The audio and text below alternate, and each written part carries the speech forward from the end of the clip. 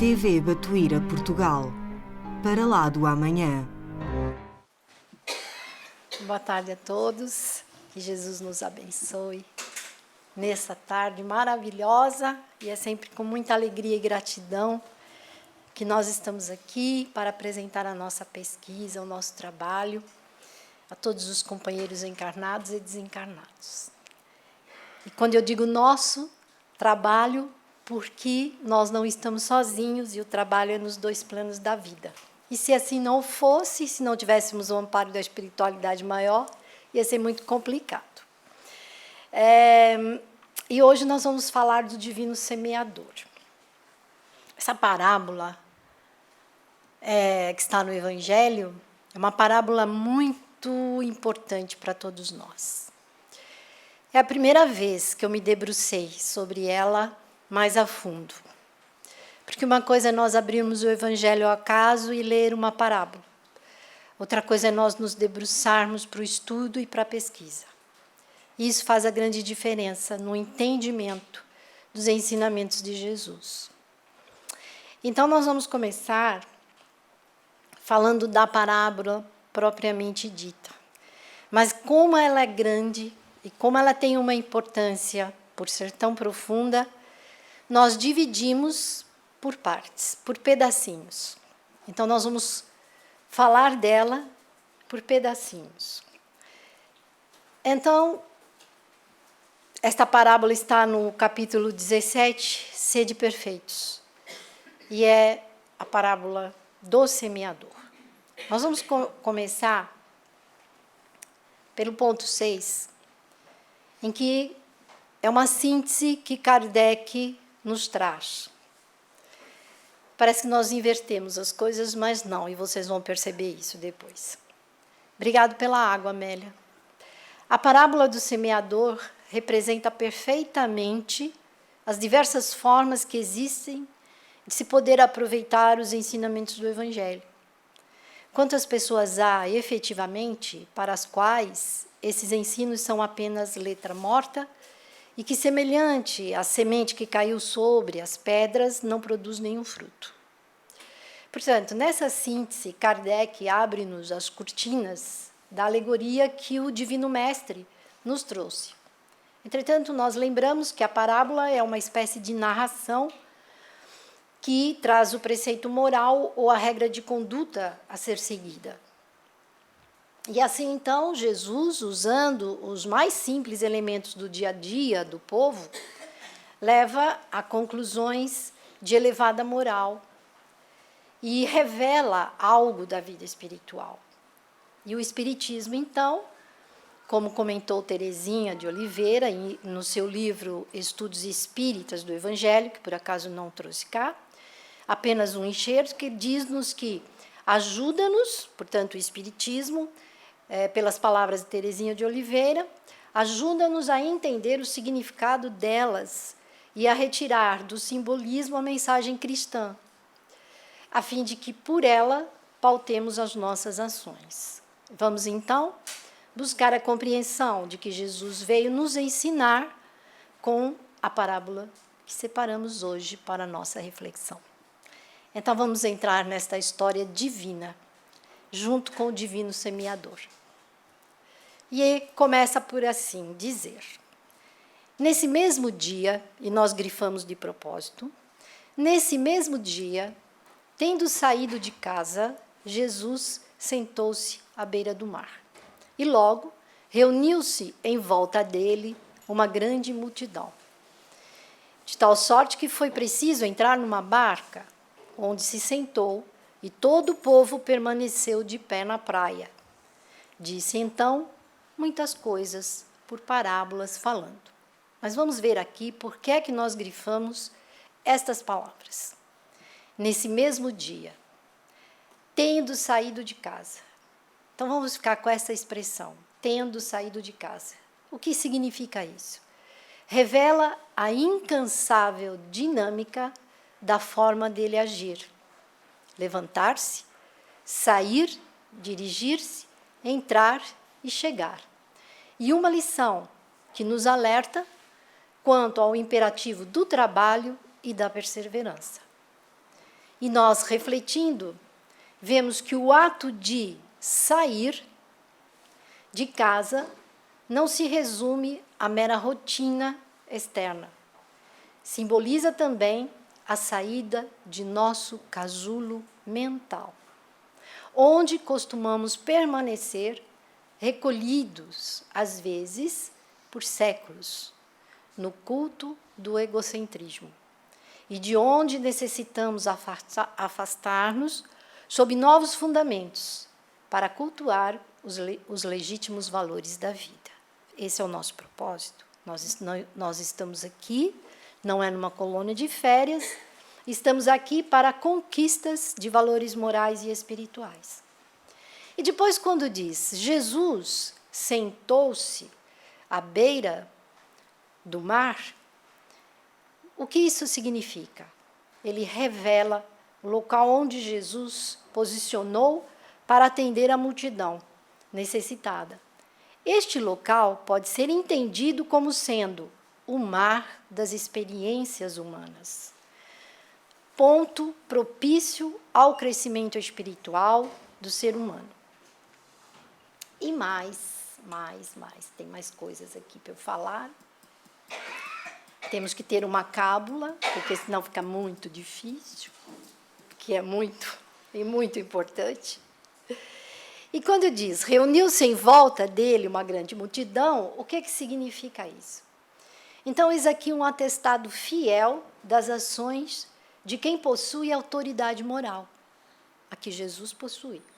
Percebemos que todo coração que se lança ao esforço de renovação e trabalho efetivo no bem, reúne outros corações. E era isso que Jesus fazia, em torno de si, sem restrições de qualquer natureza. Jesus não olhava para o povo preocupado quem eram eles, se eram ladrões, se eram, seja quem fosse, adúlteros, de outras religiões, de outros credos, não. Eram todos irmãos do caminho. Portanto, dessa forma, a multidão, carente de segurança e amparo, aproxima-se de Jesus, atraída pela sua poderosa vibração de amor. Portanto, da mesma forma, os princípios da caridade nos indicam que os laços de simpatia são importantes nas atividades de auxílio e cooperação com Cristo. Isso também é muito importante, porque quando nós nos reunimos para estar junto de Jesus, também sentimos isso, quando queremos pôr em prática a caridade. E depois ainda temos aqui, onde ele diz, naquele mesmo dia, não é? Significa o quê? Significa a saída, que indica que sempre surge o momento ou a circunstância favorável à renovação individual. Não é qualquer dia, é um dia que nós sentimos que já estamos preparados para trabalhar essa renovação espiritual em nós. E tais ocorrências se manifestam nos acontecimentos corriqueiros no dia a dia da existência e representam bênçãos oferecidas pela bondade superior. E muitas vezes falamos aqui que nós aqui chegamos pela dor. Quando a dor bate à porta, a dor amiga, ou a prova que nos espera, que nós temos que passar por ela, nós, então, esse é o momento da nossa saída para encontrar-se com Jesus. E vamos passar à frente, continuando na parábola, para vocês verem como que ela é bem profunda e é extensa. Diz o seguinte, aquele que semeia saiu a semear. E enquanto semeava, uma parte da semente caiu ao longo do caminho e as aves do céu vieram e a comeram. Essa expressão, aquele que semeia saiu a semear, encerra o profundo magnetismo, ou seja, trata-se de um convite dirigido aos espíritos abertos ao aprendizado, já que a mensagem do Cristo implica o lançamento de sementes nos diferentes solos humanos, uma vez que o Evangelho de Jesus, assim como a doutrina espírita, trabalham sempre a semente. E o verbo sair implica significativa dinâmica operacional. Semear sempre o Evangelho, independentemente dos solos e das circunstâncias. Portanto, é nosso dever, quando nós nos dirigimos ao encontro do Cristo e quando nós buscamos e queremos aprender o seu Evangelho e queremos entender os seus ensinamentos, nós também temos que levar este Evangelho aos irmãos do caminho, aqueles que necessitam. E, para tanto, é preciso abrir as portas do coração, porque para o Evangelho de Jesus, nós precisamos abrir as portas do coração e fazer o quê? Sair do casulo cristalizado das conveniências, alimentadas e realimentadas ao longo dos tempos. Portanto, o que mais esse texto nos fala? Fala que as sementes caídas ao longo do caminho serviram de alimento às aves. E não chegaram, não germinaram. Ou seja, o que significa isso?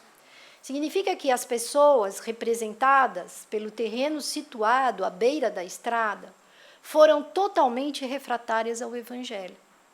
E representam também, sem dúvida ainda, quem? Os materialistas de todos os tempos. Portanto, para esses materialistas, somente as reencarnações sucessivas associadas ao aprendizado, desenvolvido no plano espiritual, poderão reajustar os situados ao longo do caminho, para as realidades espirituais e para a importância do Evangelho. Seguindo, então, nós vamos passar agora a análise que Eliseu Rigonati faz no seu livro O Evangelho dos Humildes.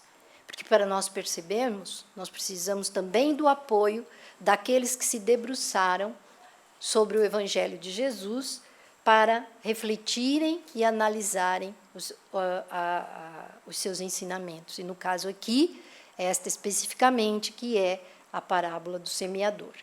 Então, vamos aqui perceber que nós vamos ter momentos, e eu tentei colocar, inclusive, imagens para que vocês percebam o momento em que nós estamos falando de um livro e o momento que nós estamos dentro do Evangelho, na parábola em si.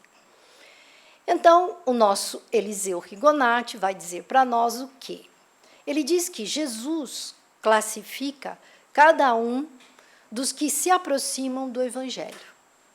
Não somente o Evangelho é o semeador das verdades divinas, como também é uma bússola que Jesus deixou para a humanidade se orientar. Eu achei isso espetacular.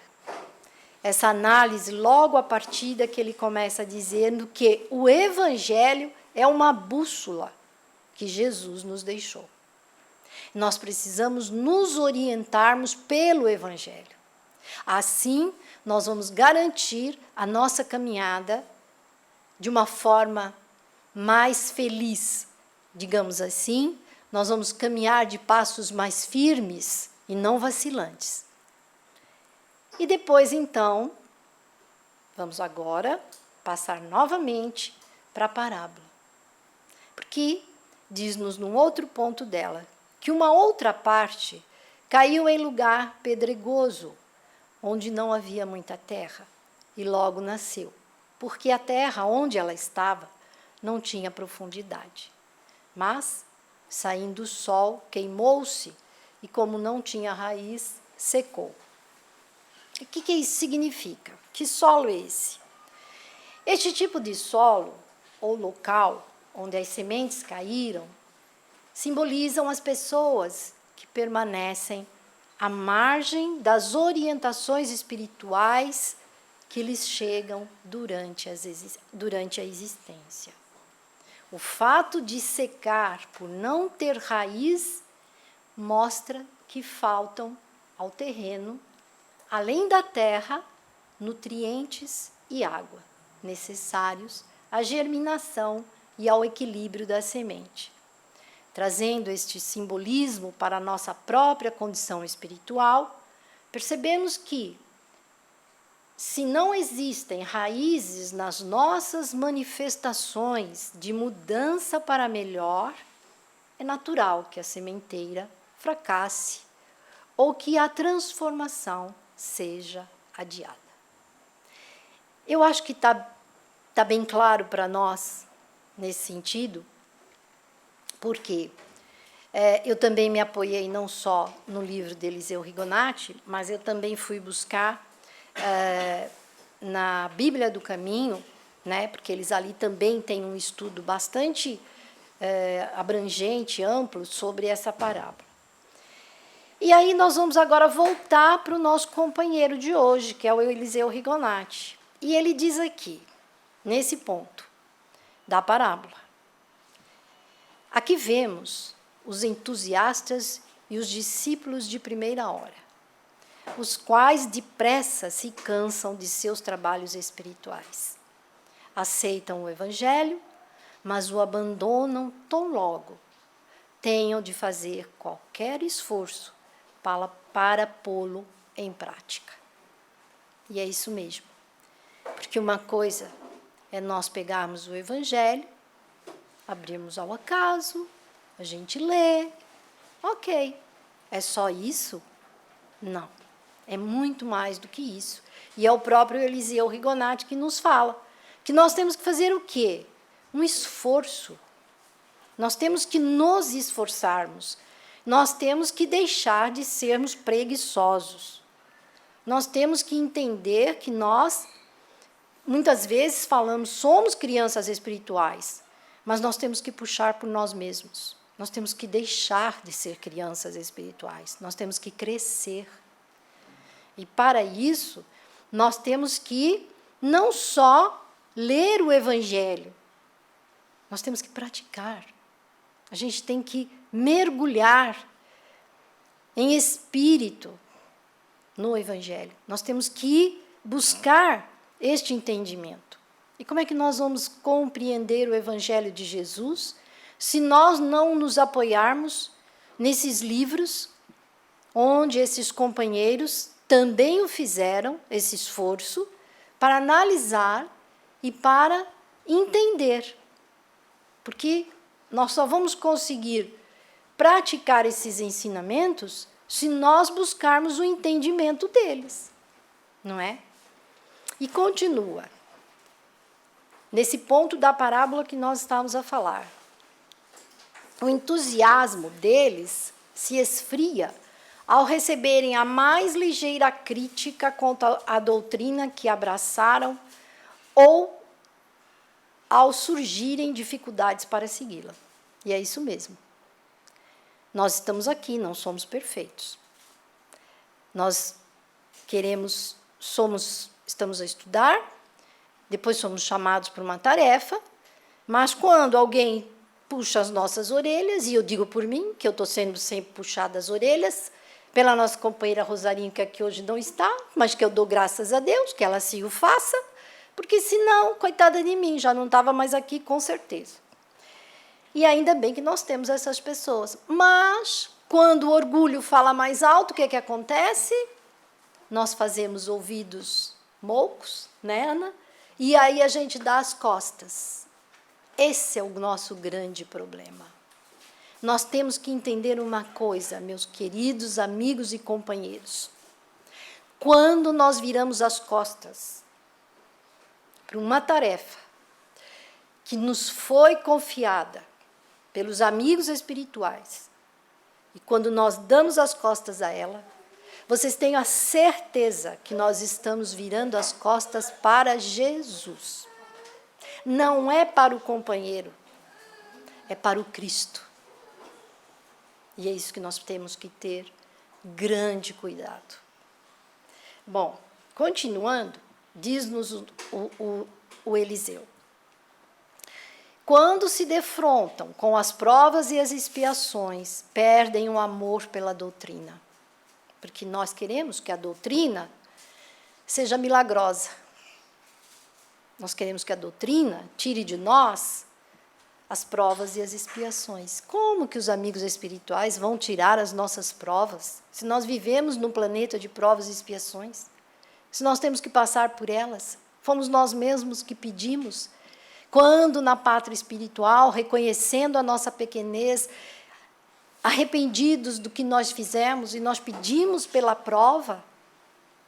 E aí depois, então, nós queremos que a doutrina, os espíritos superiores, tirem essas provas de nós. Não.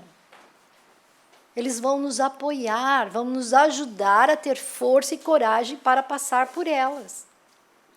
Esquecidos de que têm dívidas de encarnações anteriores para resgatarem e erros para corrigirem.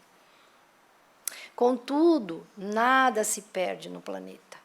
Em futuras reencarnações continuarão o trabalho de compreensão da verdade, ou seja, vão perder tempo agora, mas, como é da lei, do progresso, de justiça, de amor e caridade, de Deus nosso Pai, vamos voltar a reencarnar para nós podermos aceitar estas provas e passarmos por elas de uma forma mais compreensiva e mais serenamente. Vamos voltar, então, ao nosso Evangelho, porque diz-nos esta parábola que outra parte da semente caiu sobre os espinhos, mas quando os espinhos cresceram, eles a sufocaram. E o nosso companheiro vai nos falar que temos aqui aqueles que, ao ouvirem a palavra divina, comparam as coisas materiais com as espirituais e se decidem pelas materiais, por parecer-lhes um caminho mais fácil e mais cômodo. Por quê? Porque dá trabalho nós seguirmos os ensinamentos de Jesus. Porque nós temos que sair do nosso lugar comum, nós temos que deixar de ser, volto a repetir a palavra, preguiçosos.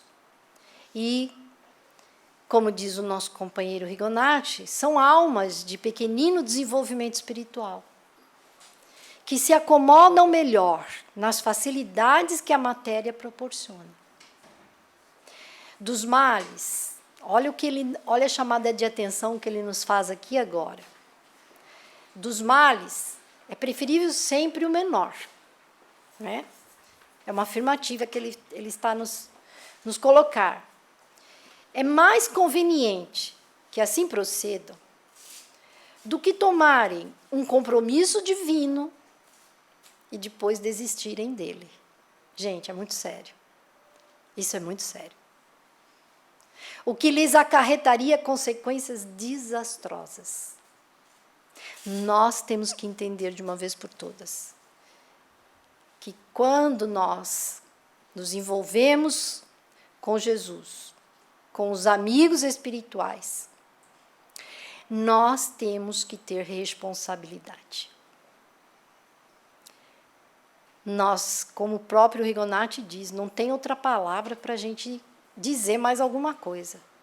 São consequências desastrosas. Por isso, companheiros, quando nós abraçamos o estudo com alma e coração, e de repente chega-nos o convite, olha, você gostaria de trabalhar na tarefa da sopa? Você gostaria de ser o condutor da carrinha da sopa? Você gostaria de trabalhar no cantinho do bebê? Você tem que pensar que o convite está vindo de Jesus. Está vindo do mentor da casa. Você está se comprometendo com eles. E depois ele continua dizendo-nos ainda. E é natural que assim aconteça, porque as consequências desastrosas que Eliseu Rigonati chama-nos a atenção. É natural que assim aconteça, porque se ao falharmos com nossos compromissos terrenos, temos de arcar com as consequências. O mesmo sucederá se falharmos com o compromisso divino. Recomendamos, por conseguinte, aí ele entra aqui aos médiuns e a todos os trabalhadores espirituais, que antes de se comprometerem e de assumirem responsabilidades espirituais, meçam muito bem suas forças e verifiquem cuidadosamente se estão aparelhados para a tarefa, a qual, uma vez iniciada, não poderá ser interrompida, nem pelos cuidados do mundo, nem pelos encargos das coisas materiais.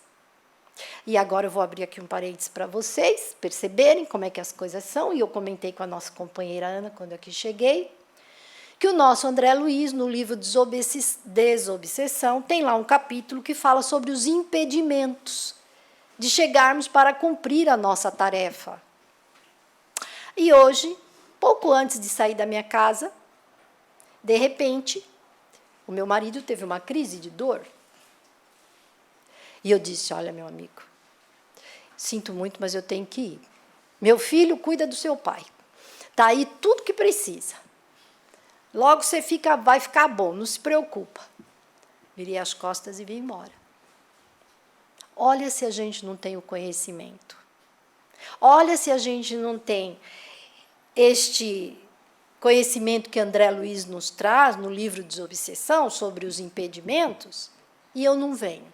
Como é que fica? Como é que eu ficaria? E o amigo espiritual, que durante a semana inteira me ajudou no estudo, no desenvolvimento, ele também tem que trabalhar. Não é só eu, não. Eu preciso, ele também. Todos nós precisamos. Então, é isso aí. E como Eliseu Rigonati diz, pensa bem antes de dizer sim. Continuando, vamos voltar ao nosso evangelho na parábola.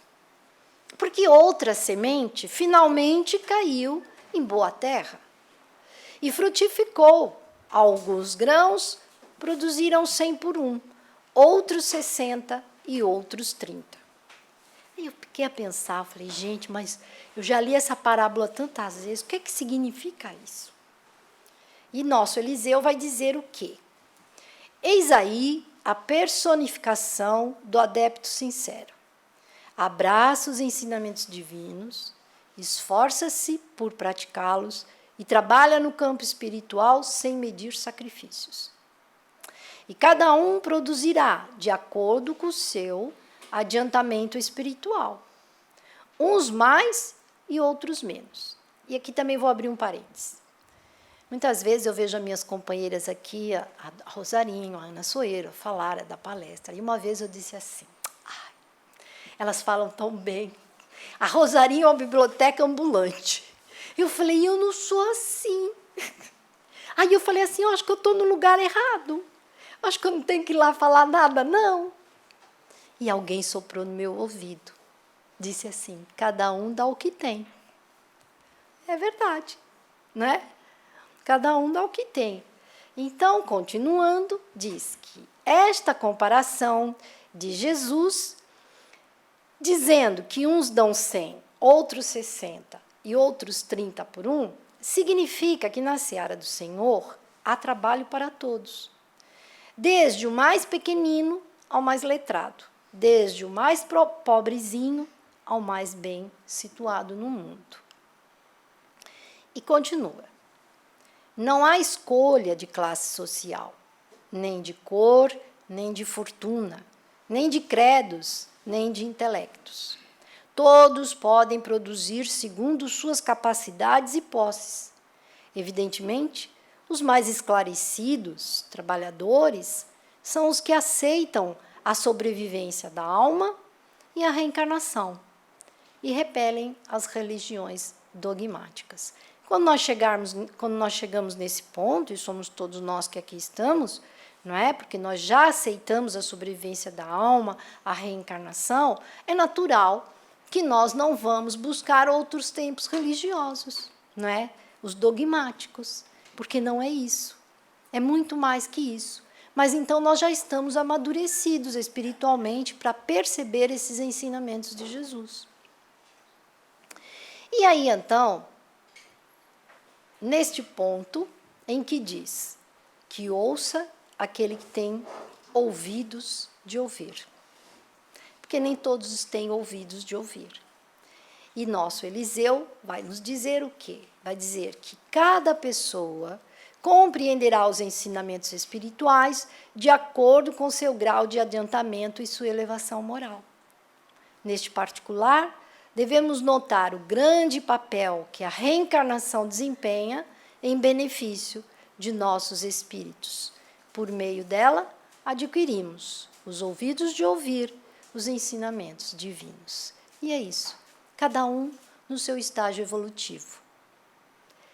Bom, então, agora nós vamos passar para o próximo slide, e para ficar bem assente o que nós falamos até agora, eu espero que ninguém esteja cansado, né? Ah, ainda bem. Não tem ninguém dormindo não, né? Ah, que bom. Então, nós temos aqui um resumo desta parábola, não é? O semeador é Jesus e o Evangelho, as sementes são as palavras de Deus e os tipos de solo. São diferentes níveis evolutivos, intelectual e moral do ser humano. Nós temos um caminho, indiferentes e refratários ao Evangelho, que são os materialistas. Nós temos o rochoso, são superficiais, sem amor suficiente para o enraizamento do Evangelho. O espinhoso, que é o descuidado com o ser e dá mais valor ao ter. E o fértil é o esforçado, sabe aplicar o Evangelho a si mesmo. Muito bem. E agora nós, para percebermos esse processo evolutivo, para nós entendermos exatamente o quão é importante nós estarmos aqui e aproveitar a nossa presente encarnação, o que é que nós temos que fazer, porque cada dia é um dia novo para nós escrevermos uma nova história na nossa vida, não é? Nós temos uma ficha no plano espiritual, tudo está sendo apontado lá. Nós vamos então passar para o livro de Emmanuel, Palavras de Vida Eterna, em que ele vai nos ensinar que nós estamos em constante renovação, ou seja, nós estamos semeando todos os dias estamos a plantar sementes. E ele começa por nos dizer que aperfeiçoar para o bem é impositivo da lei. Todos nós estamos aqui para nos aperfeiçoarmos para o bem. E em muitas ocasiões, diz-nos Emmanuel, afirmas-te cansado, sem qualquer recurso, para empreender a tua transformação. Nós sempre temos uma desculpa pronta, na ponta da língua. Acreditas-te doente, incapaz, dizes-te inabilitado, semi-morto. No entanto, agora, como há séculos de séculos, a natureza em tudo é sublime renascimento. E, como sempre, ele vai buscar exemplos na natureza para mostrar para nós. E ele dá-nos um conselho: estuda, raciocina, observa e medita. Mais tarde, é certo que a reencarnação te conduzirá para novas lutas e novos ensinamentos. Entretanto, permanece convicto de que toda lição nobre, aprendida hoje, por mais obscura e mais simples, será sempre facilidade a sorrir-te amanhã. Nada se perde quando nós temos o nosso esforço e a nossa boa vontade. E depois, então, vamos passar para outro livro, que é de Carlos Bacelli, Psicografia, juntamente com Chico Xavier. Esse livro tem mensagens que ora psicografado pelo Chico, ora pelo Carlos Bacelli. Nesse caso foi o Carlos Bacelli que psicografou essa mensagem do irmão José. Em Cristo, quando o homem finalmente aceita o Cristo no coração, a vida se lhe renova em todas as dimensões. Vive no mundo, mas não mais pertence ao mundo. Sofre, mas não mais amaldiçoa a dor. Chora, mas não mais se revolta ou desespera. Luta, mas não mais deserta do campo de batalha. Tropeça, mas não mais se acomoda na queda. Serve, mas não mais espera ser servido. Perdoa, mas não mais ofende a ninguém. Semeia, mas não mais se aflige pela colheita. Como que renascendo dentro da própria vida, tudo ganha aos seus olhos um significado profundo. A luz do discernimento lhe clareia os passos e ele agora sabe para onde caminha. As suas mãos se transfiguram em estrelas do céu brilhando no chão terrestre. Os seus lábios apenas se movimentam sob a inspiração divina e os seus ouvidos se mostram sintonizados com a eterna canção do amor universal.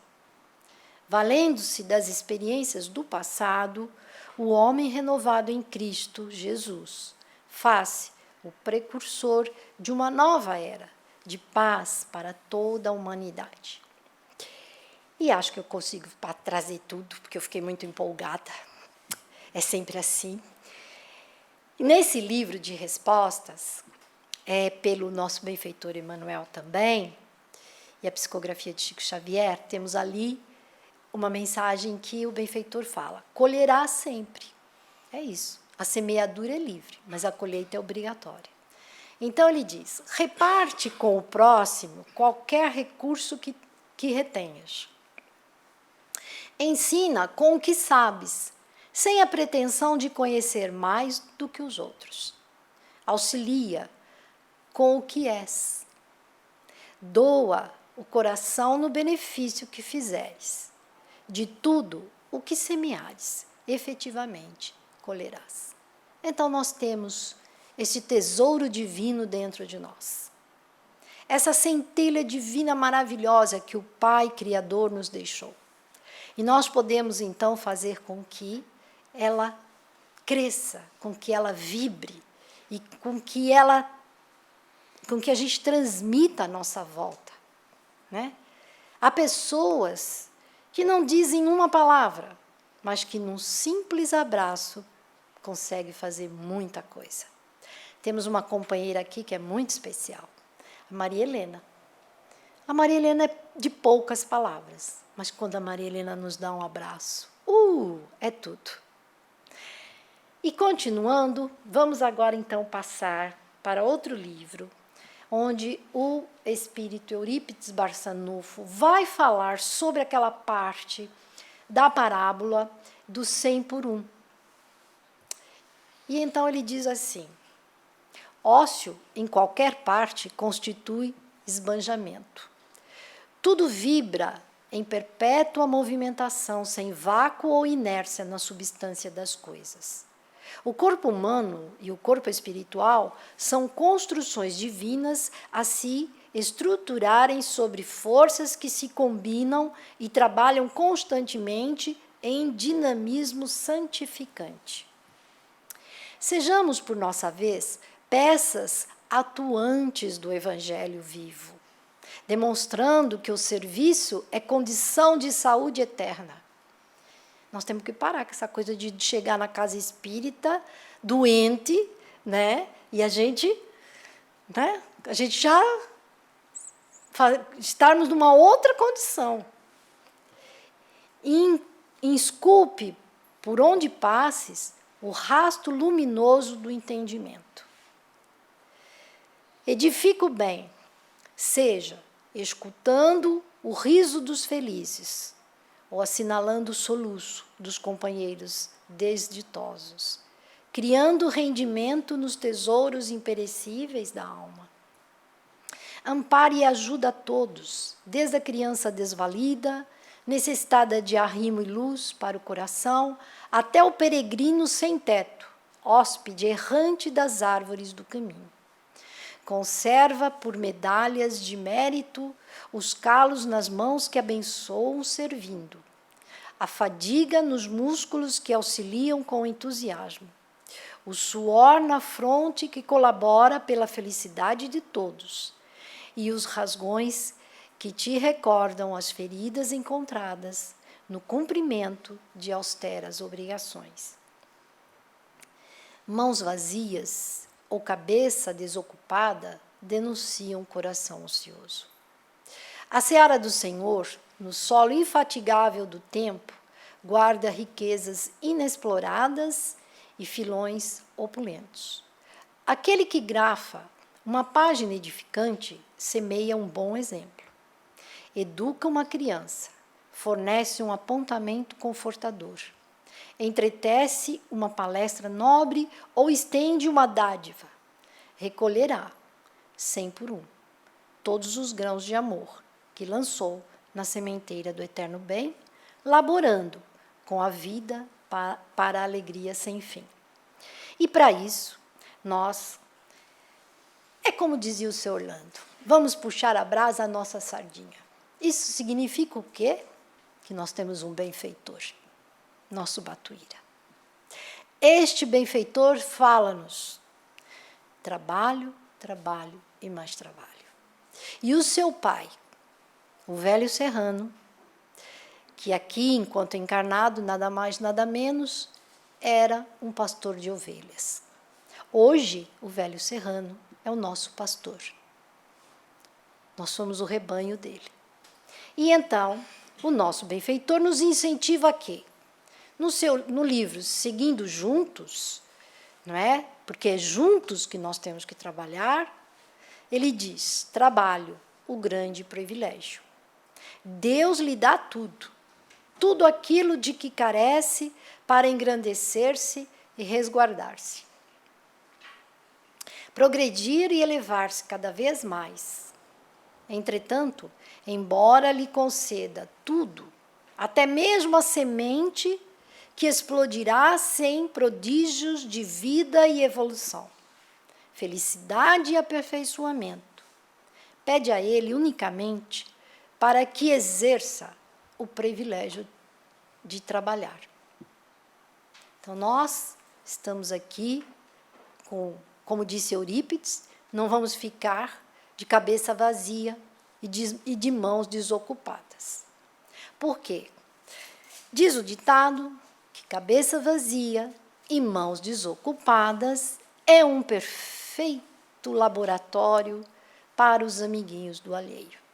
Porque é isso mesmo que eles querem, que a gente fique à toa na vida.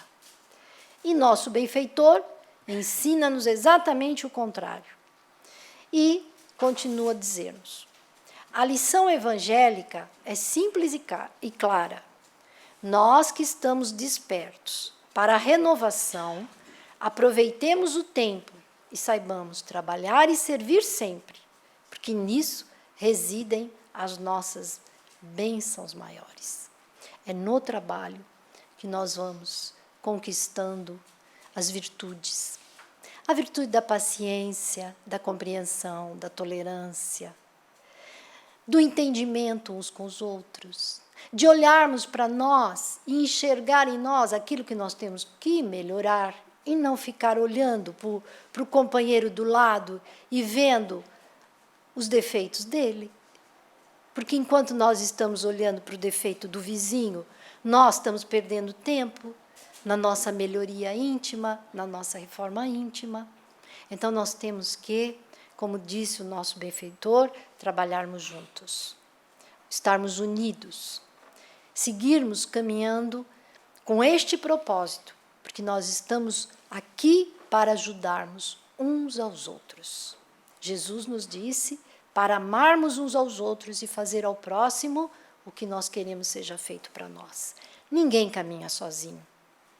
Nós olhamos a natureza e o Criador constituiu quase que tudo aos pares.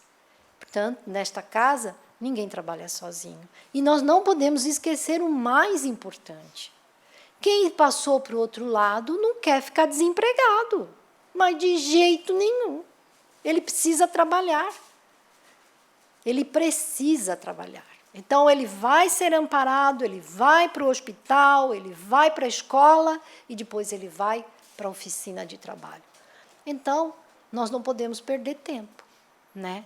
Vamos aproveitar este tempo bendito que Deus nos concedeu na nossa presente encarnação.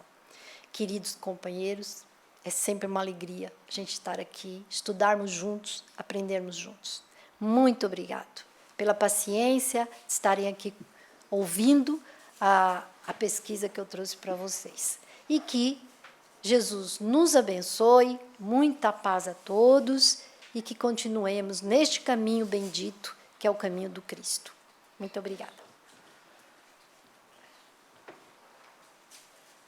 Ai, que deixei tanto tempo. Ai, meu Deus. Eu faço outra palestra. Ai, meu Deus. Boa tarde a todos. Vamos voltar à parábola do semeador. Ela pode ser entendida exatamente como a Nádia nos explicou. O tipo de seres que olham o Evangelho. Podem ser aqueles que voltam as costas, aqueles que o abraçam, mas que o esquecem facilmente, porque o mundo nos chama para muitas outras coisas, ou aqueles que ainda procuramos e continuaremos a procurar, felizmente, o Evangelho. Mas também podemos ver a parábola pelo nosso caminho, pela nossa evolução anímica. O que é a nossa evolução anímica? Nascemos, ou melhor, fomos criados simples e ignorantes, ou seja, fomos criados como um pequenino ser, uma pequenina célula, fomos menos do que isso, princípio inteligente apenas, mas pronto, vamos passar essa parte à frente e já chegamos aqui. Não somos anjos, temos um longo percurso a fazer, mas já não voltamos as costas ao Evangelho de Jesus. E pelo facto de não voltarmos as costas, já temos muitos e muitos ganhos, mas ainda temos muitos outros a fazer. E a Nádia foi-nos falando desses ganhos que temos a fazer, mas acima de tudo não nos esqueçamos que Jesus continua connosco.